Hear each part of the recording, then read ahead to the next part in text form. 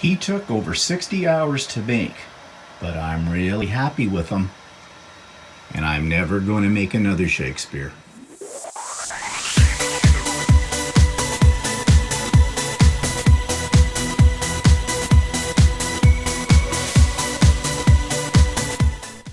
Good morning, everybody. It's Stephen here for Bland Designs, and welcome to my weekly vlog, number 202 for Monday, January the 25th, 2021. 320 days of COVID. Okay, so let's move right in. We have lots of things to talk about today. And you'll notice behind me, it's just my blank wall. I don't have a quilt hanging there, which I usually do. Well, that doesn't mean I haven't been working on them, of course. I have been. And I have my Aussie quilt, the top of it, all done now. And I've shown that to you in bits and pieces over the last few weeks. But now that part of it is all done, and it is fairly large, and hanging it up behind me, you really can't see the whole thing that well. So I thought I would take you into my sewing room and talk about my quilt from there. So I'm going to do that now. So I have finally finished the top of my Aussie quilt. And usually when I talk about this quilt, I would have it up on my back wall when I'm doing my vlog. But it is so big that you really can't see the whole thing in one shot. Even now, as it's hanging up in my sewing area, I can't get it all in one shot. So I thought I'd just take a second and tell you about it while it's hanging up in here. Of course, you've seen the center panel. The center panel was all done as applique. I bought several of these Aussie animal appliques when I was in Australia a couple of years ago, and this is the only one I ever got finished. I'll work on the other ones at another time and make them into something else. Maybe a couple of matching pillows, I don't know. And then around the outside of this, you can see that I did some embroidery. We'll get up a little closer. I have an embroidery file that has these various animals that are indigenous to Australia. And I did them on top of this applique white star on the circle and the square. And those are the colors. The red, white, and blue are the colors of the Aussie flag. And the star is one of the main stars on their flag. It's a 7-pointed star called the Federation Star. And I think each point represents a state in Australia. Then what I did was I put this border around here. And all of these fabrics I bought in Australia. And I purposely bought ones that had indigenous-like designs because I think that makes them more unique. If I had just bought regular fabric, like I could have when I was there, it would just be the same kind of fabric as I could get here. So what's the point? And then I did some, and these are more difficult to see. Here's a good example. These are all done with half square triangles, and I made them into sort of chevrons. And I put those around the outside, and I wasn't particularly picky about the fabric I used. I was trying to get sort of a sample of each of the fabrics that I had bought in this. And you can see that the colors are very vibrant, and again they feature that indigenous design. Now when I worked on this, I started in the center and worked out, so the quilt is all my own design, but in order to get those pieces to fit along the top and on the side, I did have a blank white square that I had to put in each of the corners. And they just looked too stark when I got the rest of the quilt done. So I embroidered out, found a file that had flowers indigenous to Australia, and I printed them out. Or not printed them, I embroidered them out, and I made them into an applique, and I put one in each corner of the quilt. And then I just did this border again from strips of fabric that I got in Australia. And the only thing that didn't come from Australia is the white in the background. That was just from my stash. Now you'll notice that the borders are not equal. There are 3 strips in the top and bottom border, and there's only 2 in the side borders. And the reason was this quilt was coming out very square, and I wanted it to be more rectangular in shape. And so that's why I did that. So I could keep going with it, but I'm not. I think it's big enough right now. And so what I'm going to concentrate my efforts on next is making the backing. And I'm going to use my leftover Australian fabric, and I have a lot of it still, and I'm going to piece a backing for this. Now, I'm not sure what the design is going to be, but my idea is that when I figure out that design, this quilt could be reversible, meaning like you could use either side of it, although of course the applique is all on this side. So I'm very happy with the way it turned out, and for me it is a memory of my trips to Australia. So that's about all I have to show you this week that I've been working on, because I've been focusing my attention on that quilt. So let's move on to YouTube channel of the week, and this has to do with my other hobby, my new hobby, 3D printing. And I know some of you have mentioned in the comments or sent me emails that you are looking to purchase a 3D printer, and there are tons of resources on YouTube about 3D printers. It can get very confusing, but I'm pointing you to one particular YouTube channel that I like called 3D Printing Nerd, because although he's a little bit on the quirky side, he definitely knows about 3D printers. I think he does it as a business as well, and I find his videos very good, especially the ones he does where he reviews various 3D printers. So check this review of him out. This week's YouTube channel is called 3D Printing Nerd. Now, you probably know that recently I bought a 3D printer, and along with the 3D printer came, well, not a heck of a lot of instructions. So I've had to do a lot of self-learning as to how to use my 3D printer, and I have found video sites like 3D Printing Nerd on YouTube very, very helpful. 3D Printing Nerd is a real expert when it comes to almost any 3D printing machine.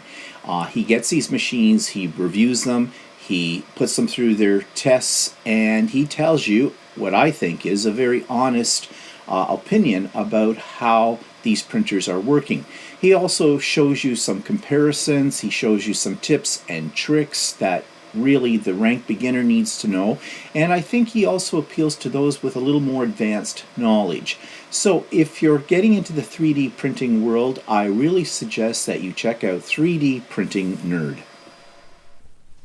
So the link for 3D Printing Nerd is in my show notes below. There's the link for the latest Stephen and Walter Live. I have to apologize for the quality of Stephen and Walter Live visually this week. We had all day yesterday some problems with the internet speed. Bell, who's our provider, is doing something. We have little flags all over the front of our yard and up the street, and we talked to somebody that was putting those up, and he said that they're about to run fiber optic cable for the Bell system through our subdivision.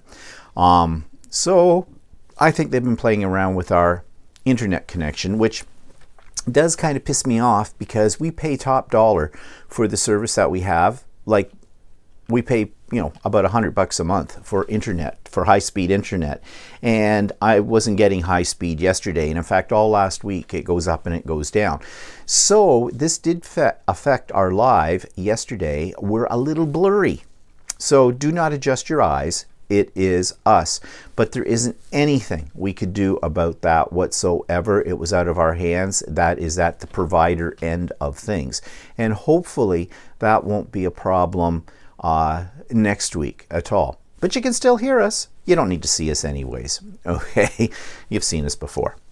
All right, and what else do I have in the show notes? Oh yes, and I have this week's podcast that I'm going to be talking about in a few minutes as well. So that takes me to what's pissing me off this week. Well, I'm not pissed off right now. I am very happy. I am probably not as happy as the majority, and I hope it would be the majority of Americans. And of course, you know what I'm talking about.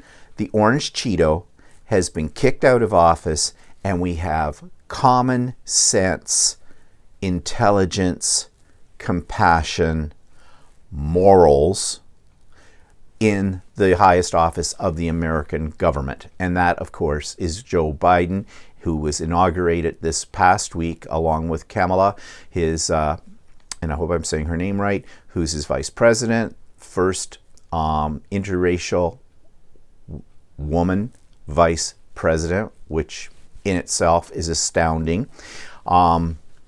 It certainly is bringing the United States back into the 21st century. I think there's a lot of hope right now in America, and it definitely there needs to be, given the 4 years of hell Americans have gone through. But let's not forget, it wasn't just the Americans that went through this hell. The world went through this hell with Americans as well. Yes, it maybe did not as directly affect the rest of us as it did the American people. But you know, what happens in America does affect the world. Unfortunately. Yeah, unfortunately, I think that America has too much influence on the world. And that was very apparent under the reign of the Orange Cheeto. Okay? But now Biden is in, a man who's been tried and true, and is true. He has integrity. He has intelligence. They keep picking on the fact that he is one of the oldest presidents, or is the oldest person ever to become president, whatever, as if age is a detriment. And some reporters, you hear this, actually go as far as to say, well, you know, if he doesn't make it through his first term in office, we have a great backup because we have Kamala. It's as though they're expecting Biden to kick off while he's in office. Yeah, fortunately, they do have who they have as vice president now, because I think she would make a fine president too. But, you know, just to even suggest that this president might not see out 4 years because of his age, that seems a little ludicrous. Maybe they're being somewhat realistic, but really, being a senior citizen myself, just because you hit a certain age doesn't mean you're useless. It doesn't. So anyways, I think everybody is looking forward to what Biden may do. Great pressure on the man. I mean, really, he's got one hell of a hole to dig his way out of that the Orange Cheeto created for him. And of course, he's gone right into working with COVID, and that's great because, yeah, for obvious reasons, right? I think maybe people will be disappointed with Biden. I think something will happen like it happened with Obama. Everybody was excited when Obama got in, especially the black community. And, you know, he did a lot of wonderful things. He's going to go down in history as one of the United States' best presidents, I'm sure. But he is one person. The president is one person. And there's an awful lot of problems and an awful lot of people he has to work with to get what he feels is the best thing for the people of America. And yeah, I think some people are going to be disappointed because I think they're going to think it's going to be all over. It's all going to be roses within moments after he was put in as president. No, these things take time. And it's going to take a long time as well. But you know, those are the same people who were going on, thank God 2020 is over, as if like COVID was over too, simply because the calendar changed. Well, I've already talked about that before, and we know quite obviously it didn't end at midnight on January the 31st. So, you know, people have to be patient. But I'm very, very happy for the Americans that they finally got rid of that a-hole out of office and put in, you know, somebody who knows what they're doing and who has the best interests of the people of his country in mind, not his own, not selfish interests for himself and for his own promotion like Trump did. However, on the flip side of the happiness comes the despair with COVID, right? And I don't want to dwell on this because we all know. But here's something that we still don't get, or some people don't get. They're probably the same people who voted Trump in. The people who think that they can travel wherever they want to go and they rationalize it. I heard a lady on a group that I belonged to the other day talking about, she was an American, about going to see her grandchildren, or no, it wasn't her grandchildren she was going to see, although I heard that one too. She had joined a guild. Only 14 people in it. Somebody said, so you're meeting virtually, right? Because that's how all guilds are doing it right now. My own guild is doing that, and I'm talking about a quilting guild. Oh, no, they get together physically. But, she makes the caveat to that is that, but we sit far apart. And we have masks. No. That's rationalization. You've heard me talk about that before. It's that kind of rationalization that kills people, that spreads the disease. No. Now, you have to also understand that quilters, for the most part, are senior citizens. They're older people. I mean, I'm 63 years old, and I am probably one of the younger members of my own guild. We have people in the guild that are in their late 60s, into their 70s, and up. That's the vulnerable age group for this disease, right? So to say that you're doing some kind of safe practice, is there a safe practice? You know, this takes me back to the 1980s when the AIDS epidemic hit the LGBTQ community. And they started to use this phrase safe sex, and then they changed that to safer sex. What they meant by that was taking precautions, like wearing a mask for COVID, like keeping social distancing in COVID. In the case of the AIDS epidemic, because it was, they really suggested the only way you could avoid getting it was to abstain from sexual activity. Well, nobody did that. Few people did. The next best thing was, to do things in a safer manner. Certain practices you probably shouldn't do, certain precautions you should take. But you were still playing Russian roulette. You were still spinning the big wheel of fate if you were doing activities that spread the disease. It's the same thing with COVID. You're spinning the wheel. And we can rationalize it as much as we want to convince ourselves that we're fine, that we won't get it, if we do this and that. But that's not the truth. I think the thing is, you have to be somebody who knows somebody who got COVID and unfortunately succumbed to it. And I'll give you an example. My hairdresser, wonderful person, but she's been going through a hard time with our lockdowns and things because this is her business and now people can't go and get their hair done. Can you not tell? Mine is growing. It's been about 5 weeks since I got it cut. Anyways, she was, suggesting that maybe our government had gone a little off the deep end, too many restrictions, things like that. That's what she'd say, and I'd keep quiet. The woman's got scissors in her hand. I didn't want to lose an ear. But the last time, or a couple of times I went in when she could cut my hair, her tone had changed. Because a very good friend of her mother's got COVID and was hospitalized. Suddenly, she was being extremely cautious. She wasn't talking about this being a, hyped up information from the government and the whole bit. She was really, really concerned and panicking about the whole thing. Yeah, because it now had touched her personally.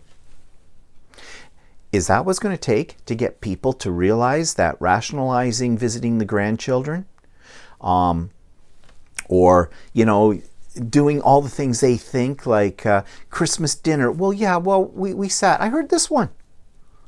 This one I can't believe. Well, yeah, the family were over and everything, but we wore masks and we were sitting all around the house having our Christmas dinner. The fact is, you don't live with those people, okay? The government's telling you can only socialize with the people that you're actually living with physically 24/7 in your house. And people just aren't getting it, and we haven't got this thing under control yet. So, why? People are stupid. Simple as that. And that's what's pissing me off. And I have made it now my mission to call these people out. If I hear in conversation or in social media with amongst people I know, if somebody starts to talk about doing something that is not acceptable according to the guidelines of our health professionals and our government, I'm calling them out. I'm not turning a blind eye to it, because I think if we turn a blind eye to it, we are committing a crime as well. We need to get out of this thing. And if it means that some people are going to think bad of me because I have criticized what they're doing, I can live with that. I can live with that as long as I can live. Okay? You get my point? But anyway, so today with what I'm pissed off is sort of a hot and cold thing. I'm really excited and happy for the American people. I'm happy for the world that finally democracy did win out, and that cooler heads did prevail, and that they have somebody good in a very powerful position. And then on the other hand, there are still idiots out there who are spreading the disease. Okay, let's move on, shall we? What's new? Nothing really have I bought this week, except I did buy an uninterrupted power supply, a UPS, for my 3D printer, and I explained that last week. It came, is plugged in. I haven't had it tested yet. I guess the only test is basically to see what happens if the power goes down. Actually, I probably should, trip that little switch that Walter tripped on me when I was doing that 2-day print job, which is why I got the UPS. And just see what basically happens to make sure it's working okay. Yeah, note to self, test that. But that's it. Haven't bought anything else new. Haven't bought any fabric. You say no fabric? Yes, no fabric. But I'm thinking about that. That's coming up, I think. Okay, so that takes us to the podcast this week that I want to review. It does have something to do with quilting. Well, a lot to do with quilting. It's called the American Patchwork and Quilting Podcast. If you are a quilter, then you may already know about this. This is one of the areas that this company goes into. They have a website called All People Quilt.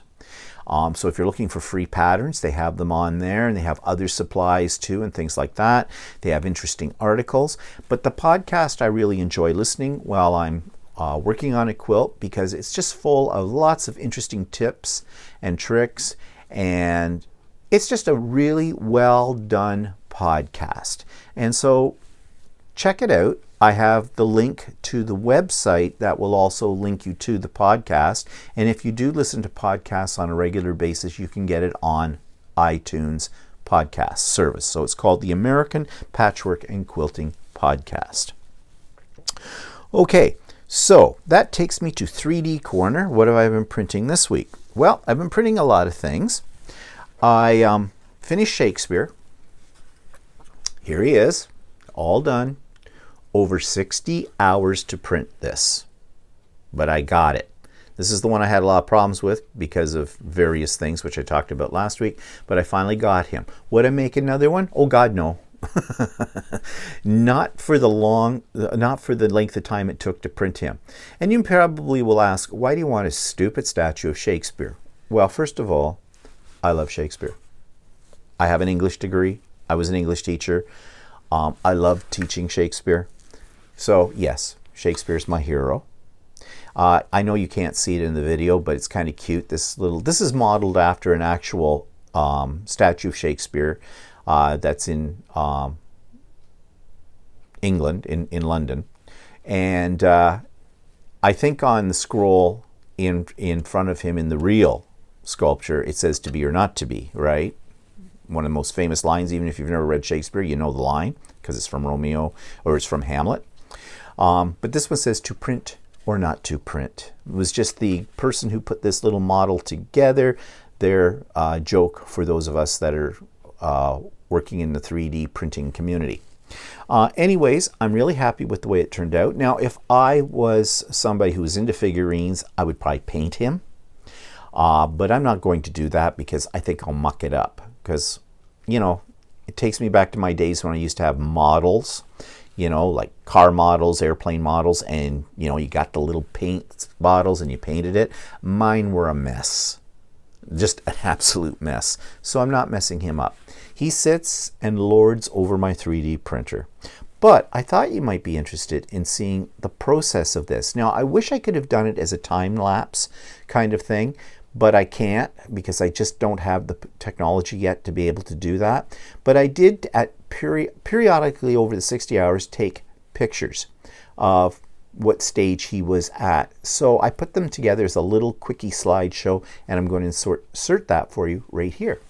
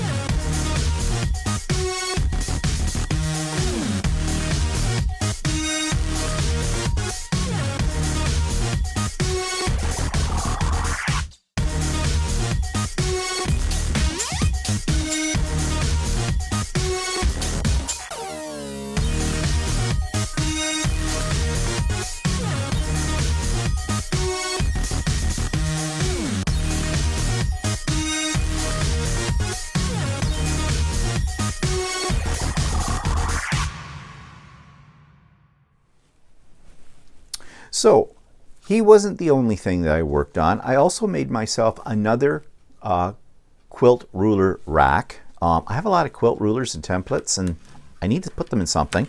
So I had made one of these before, but I made another one, and I'll just show you without trying not to spill my rulers out of it. But this is what it looks like, this gray thing. That's the rack. Now you notice here on the side there are some little slots. This is as big as you can make it on the 3D printer I have, but you can join them together. There's some little connectors. Now I'm not doing that because of where I have them set up in my sewing room, but this is working out very, very well. This one took, I think this was almost 6 hours to print. Oh no, it was more than that. It was, yeah, that one had to go through the night. It was about 15 hours just to print that, okay? And then I made this. This is a bobbin case, and it holds 10 bobbins. And this one only took about 3-4 hours to print, but I really like it because it can sit next to one of my sewing machines, and these are really handy there. You can buy bobbin cases. Yes, I'm quite aware of that, and I have some, but I made my own. Actually, I think this is the front of it. So I showed it to Walter, and I said to him, "Do you want one?" He says, "Yeah." So I made him one too. So you may think, you know, yeah, really, you're making a whole lot of things you can pick up at the dollar store, some of them. That's true. But I told you, it's a toy. I enjoy making these things and seeing what the printer can do. So that's what I've been up to, and I've got to do some exploring later today for some other interesting things that I can print.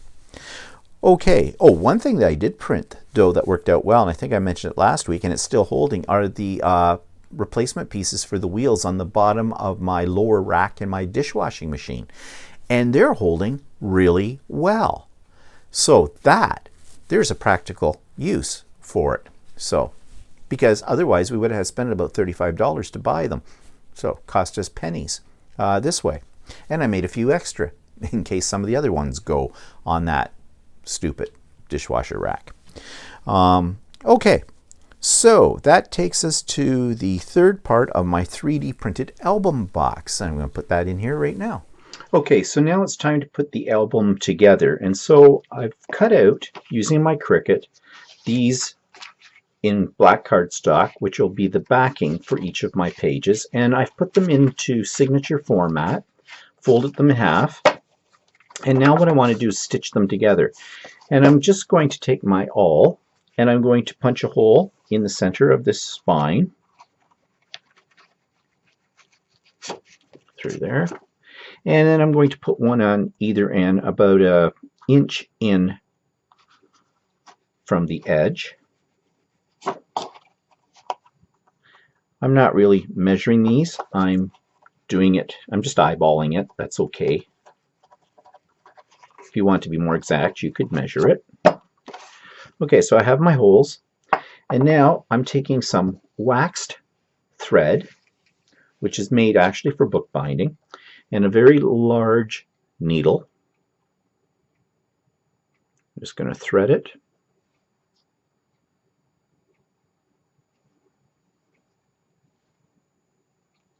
Okay, I've got to thread it. Oh shoot, and then I pulled it back out. Yeah, that was clever. Geez, even with a big eye, you'd think I'd be able to thread it properly. Okay, there we go. And I'm just going to go down through the center hole. Now, I want to get this right because I want to tie the knot on the inside, not the outside, so I think I should go from the outside in. Just leave a long tail. Then down through one of the holes at the other end. And then I'm going to come up through the center hole.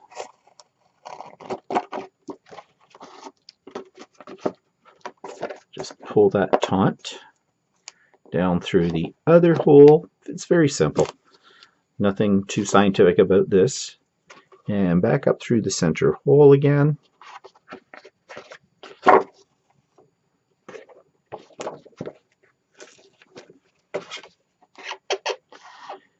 And what I probably should have done was take this tail up through there, so I'm just going to just thread that tail into the needle and bring that up through the center hole.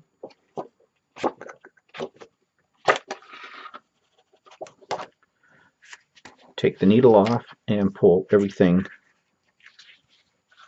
taut. And this is a wax thread, so pulling it tight makes it stay. The wax helps that. And I'm just going to tie a couple of knots in this to secure it. And just trim off my tails. Now I could have this hang out on the other side and I could put little beads or something on it, but I'm not going to do it with this one. And so there we have our book. I'm going to take my bone folder, if I can find it, here it is, and just give this another little rub down here. And so the little booklet's done. Now, I've already pre-cut out my pages that I want to go on here, and I cut them a little bit smaller than the foundation, so I'd have a nice black border all the way around. And I've gone around each one of these with a little bit of black Memento ink, and that's, I'm going to put these in here. Now the way I'm going to do it, I picked two that I want it to be on the front cover and one on the back cover from this set. And this technically is, even though I'm doing a steampunk theme, the paper I'm using has some steampunk elements to it, but it's called Da Vinci, and there he is right there. And I thought he'd look good on the back of the album. And I could use double-sided tape for this, the kind that you put down and peel off the backing, or I can use a tape runner, and this is a Tombow tape runner. So this is very good tape. It holds very well. So I'm putting on a generous amount. And I'm doing this for the sake of time and speed with this. And I'm going to put the back one on too. And I'm doing it in this order because I don't want to get these mixed up with my other pages. But you can see this is going to go together very quickly. And then I'm just going to do each one of the inside pages in the same manner. All of these, as I've said, have had some black ink put around the edges to get rid of the white and to give it a little bit of dimension. And we'll do one more on camera, but I'm sure you have gotten the idea. This is not brain surgery.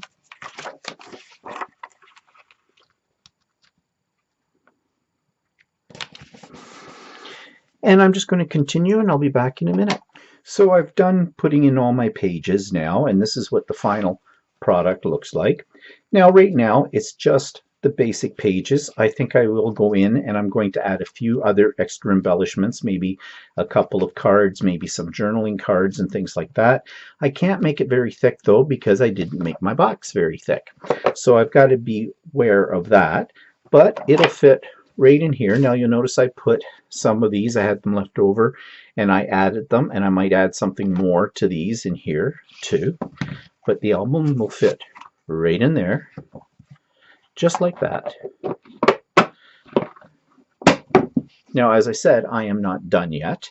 I think I'm going to be adding more to the album, but I think I may be adding something more to the outside of this as well. I'm not sure what that's going to be yet. I have a few ideas, but I'll do that in the next segment. So that takes us to the events in the last week. Hasn't been anything really terribly exciting, but well, my mother, okay. So I talked to her on Tuesday by FaceTime. Things were fine. I really like doing FaceTime with her because I can actually show her things on FaceTime that really, instead of just describing them over the phone. And I think she likes that. It's something that's a little bit more interesting than just a telephone conversation. But I got a call, tail end of the week. My mother had fallen. And this time I was really kind of concerned. I mean, she has fallen before, but never hurt herself. This time she did hurt herself a little bit. I'm not sure how bad it was. They haven't called me back, so I guess it was okay. But basically they found her laying on the floor, face down. She'd fallen out of her wheelchair. Well, what had happened was, I guess they were having a little celebration or something. They came around and they gave the residents all some popcorn. And I guess my mother dropped hers and she bent over from the wheelchair to pick it up off the floor when she dropped it. Now, I have told her, and the staff have told her 1,000 times, don't be doing that because you could fall. And of course, she did. Now, I haven't talked to her yet, but I will be talking to her tomorrow on FaceTime. I'm going to say, well, Mom, I heard you had a fall. And she'll go, well, yes. And I'll say, and how did that happen? It's like talking sometimes. I find myself like talking to a child, you know. Yeah, so I'll discuss that with her again. But the thing is, she won't listen to me. She'll do her own thing anyways. And what I'm really concerned about is one day she's going to have a major fall and she's going to get really hurt. She did hit her head. They thought, this time when she fell. But they checked her over. She seemed to be okay. They were monitoring it. She did say she had a little bit of a headache. And so they gave her some Tylenol, and I haven't heard back from them, so I'm assuming everything is okay. They're very good at letting you know about anything that happens. So, you know, I have a lot of trust and faith in the staff at the place my mother is in. However, she might have complained about a headache because she was probably a little embarrassed. You know, common sense probably came to mind at that point when she's laying on the floor. Maybe. But the other thing is too, you know, she's in a wheelchair, she dropped it, she looked down, and I'm sure what she thought was, I can pick that up, that's close. And that's how accidents happen. Because she still doesn't necessarily get it through her mind that she can't do the things she used to be able to do. You know, that's why she's in a wheelchair. And she probably didn't want to bother the staff. I've told her that many times over. That's what the staff are there for. You bother them. Because, you know, I don't want her in the hospital, especially right now. You know, that is, I'm sorry to say it, and maybe it sounds too dramatic, but if she was to be sent to the hospital right now, it's a death sentence. It really is. So, no. Speaking of death sentences and that, they seem to have their COVID outbreak under control. They had a few. Wasn't that severe, but it doesn't matter. Even one case is, can be deadly. But they have been very good at keeping control over the situation, and the last report we had from them, I think they had those cases, they had about 3 or so broken out amongst the staff. They were all quarantined in a way, and some with the residents. I think they had maybe 3 residents, and they had all been isolated. Now they've been testing everybody. Everything's coming back negative, and the ones that were asymptomatic or had early signs of it, they seem to be on the mend and everything, so that's good. So anyways, every week it's something new with my mom. Okay, so I had a sew day yesterday with the Guild. Always enjoy those. Yeah, that's where I got the bulk of my Aussie quilt, what I had left to do on it, done. And started working on the backing for my Wild and Loud quilt. And those are things that I'll talk about in more detail and show some things with that on this week's Idiot Quilter. And that takes us to Wally Cooks. Well, Walter did a couple of things this week, and I made a little video of it. He made General Tao or Sow, never sure how you say it, chicken. He did some ribs, and he made some macaroni salad. We're going to call it winter macaroni salad because I don't know about you, but I associate cold macaroni salad with summer, right? So we brought a little summer in with Walter's macaroni salad. So watch this. So this week on Wally Cooks, it's Friday night, and usually on Friday nights we have something a little more casual. Of course, every night's a little more casual. And he has made General Tao or Sow, never sure how to say that, chicken on rice with vegetables. And okay, here's how you get rid of your pre-made chicken nuggets that you've had in the freezer for like 6 months. Okay, cover them in sauce, and that becomes gourmet. Yeah. Yeah. So this is what Wally... This is what I've dreamed up. This is what he's dreamed up. We'll see how... Now, he made the sauce from scratch, and I tasted a little bit of it before he put it on the chicken, and it tasted quite nice, although I did think it was a little heavy on the soya, but then what do I know? So let's do what they do in the restaurant. Try a little bit. And then I'm going to play your hostess with the mostess, your waitress. And so you eat that and go, so how's that first bite tasting? It's not bad. Okay. I hate it when they say that in a restaurant. That just grosses me out. Anyways, it looks like it's good. He says it's not bad. But, I've never heard him say that it tastes like crap when he's cooked it. So we'll see. Well, that's not true. I have. Oh, when? I have. Okay. I think last time we made General Tso's and we used it from the bottle sauce, I said, ooh, yuck.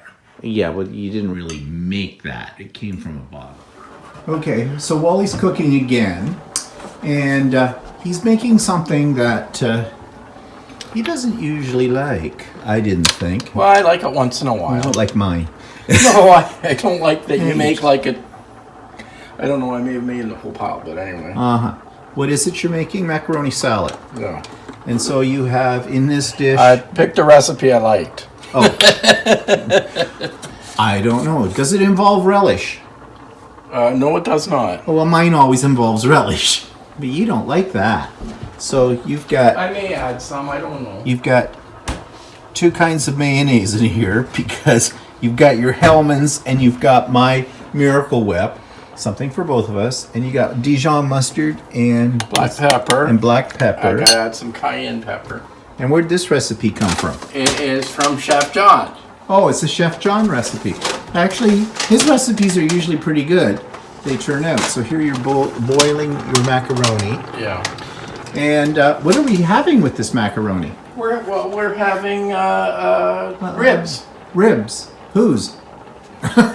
Baby back ribs. Ooh. Baby ribs. Ooh, babies are much better because they're always so tender. Yeah. Yeah, okay. So, ribs and macaroni is what we're having. Keep getting his back.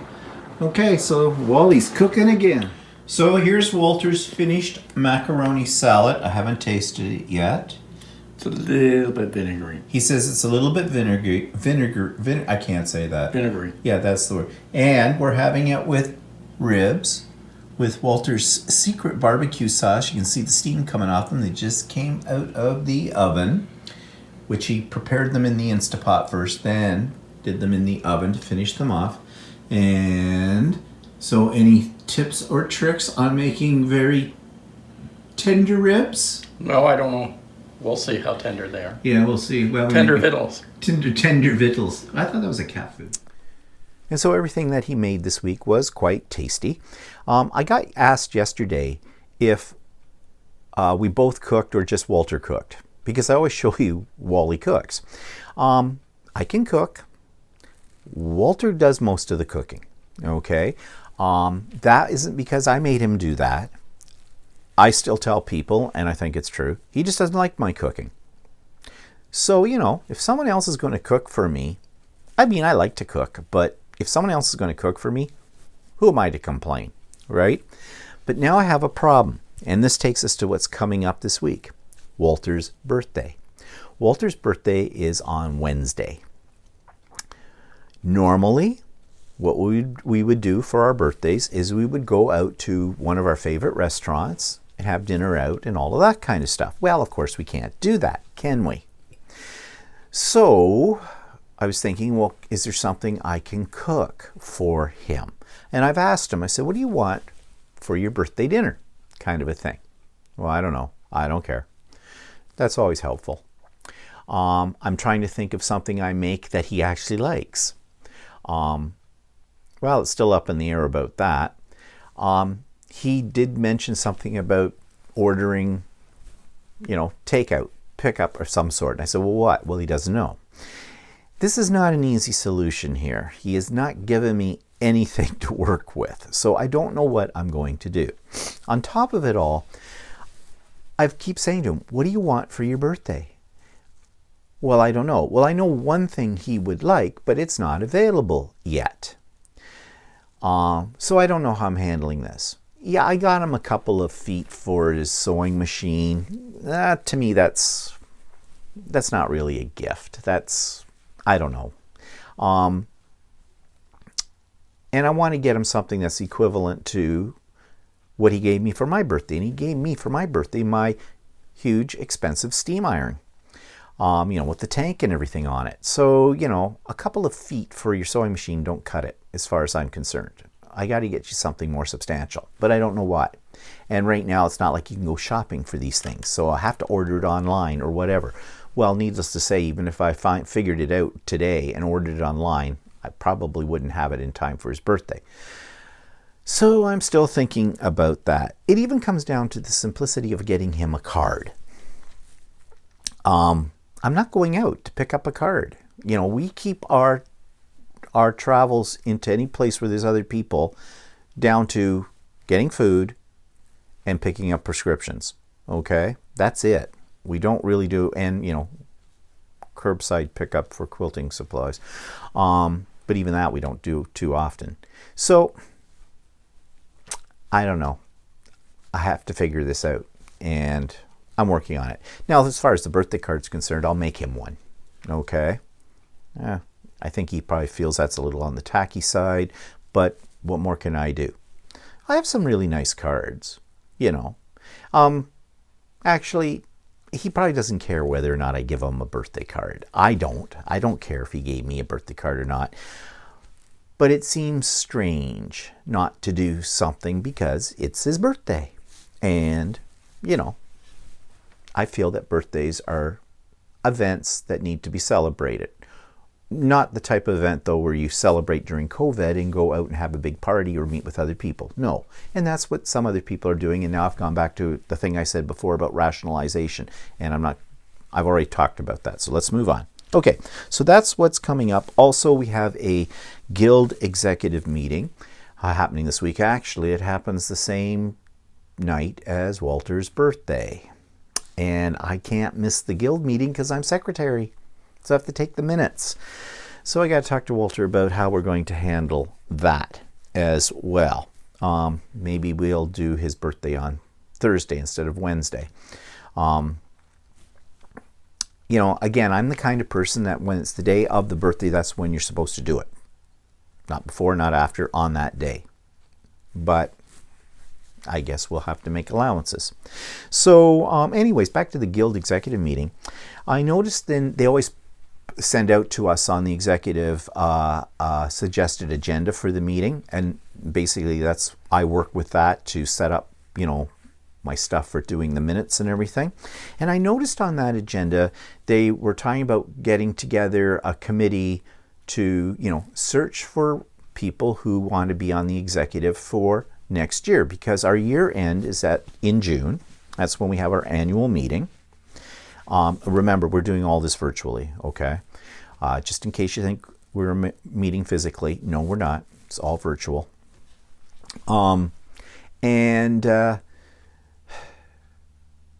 time is up. My term, it was a 2-year term for secretary. And now I'm thinking, I have said to Walter, God help me, kick me if I should even think of staying on for another term as secretary for the Guild. I've had my problems with being on the executive. It is a woman's world. I'm the only man. And I have run into my fair share of sexism. They don't do it on purpose. But you know, I guess I understand now how women feel when men do, you know, things that can be seen as sexist as well. There are some members of the executive that I really do not like taking orders from, who, and I've talked about this before, who make certain demands. I hate dealing with things that really shouldn't be dealt with, and that you've set up certain things so that these things won't happen, and they happen anyways. It's just very frustrating. So I'm not going to leave my name in as secretary. Now, this is a problem. Before I took over the job, they were looking for someone to volunteer to be secretary. They couldn't find anybody, and I got approached. And that's why I'm secretary. I did not volunteer for it. They volunteered me. I said stupidly, yes. And so I've done it. I think, though, they're going to have a real hard time finding somebody who wants to take it on. It's a busy job. It's time consuming, and you really need to understand how to use a computer as well in many different capacities, not just for typing up notes. So that might be difficult. For the sake of the Guild, I'm thinking if they can't find somebody, I will stay on for another term. But then I'll kick myself, and Walter will kick me too. And he says, well, you said, you know, that you weren't going to do this. So I have to think about this. And yeah, I don't know what I'm going to do. I really don't. It is what it is. Okay, so that's what's coming up. Real exciting time, right? And yeah, that's about it for this week. In a final note here, I just want to say I'm genuinely very happy for for Americans with their change in administration, and I only hope that this is going to make things better. I hope it's going to make things better with the Americans' relationship to everybody else in the world. And I really hope that the Americans get a real handle on the whole COVID thing that's been wiping them out worse than any other country in the world. But I wish them luck with this. And I think there is a light at the end of the tunnel, especially now that they've got some common sense in their highest leadership position in their country. So, bully for you. Bully for you. Okay, so that's it for me. The Idiot Quilter will be up tomorrow at some point in time. And oh yes, as a little afterthought, I was going to talk about this a bit. On the Idiot Quilter, I am trying to see if there are people who are interested in having a little mini retreat every so often to do some quilting or sewing or knitting or crocheting, doing it via Zoom. And I've asked people that are interested to let me know either in the comments or send me an email. I am posting my email address now as a permanent fixture under the resources section of my show notes now. So if you ever want to get a hold of me, you can send me an email that way, or you can write comments. I see those as well. And the clock on the wall says you've talked too long. And anyways, if you're interested in, having a little virtual get-together for a few hours, one day out of the month or something like that, to work on our projects and talk, that kind of thing, then let me know. Just send me an email and let me know what day of the week it would work for you best, and a window of time. I will not do them in the evening, and I'm trying to avoid weekends, although if I had enough interest on that, I could see about doing them on a weekend. The reason being is I often have other virtual meetings that happen on a weekend, so I have to juggle things around. But anyways, if you're interested, let me know. And you want more details about it, check out the last episode of The Idiot Quilter, and check out this week's episode of The Idiot Quilter as well. Okay, so thanks for joining me today. I hope you have a great week. And as always, stay happy, stay healthy, stay in. Bye for now.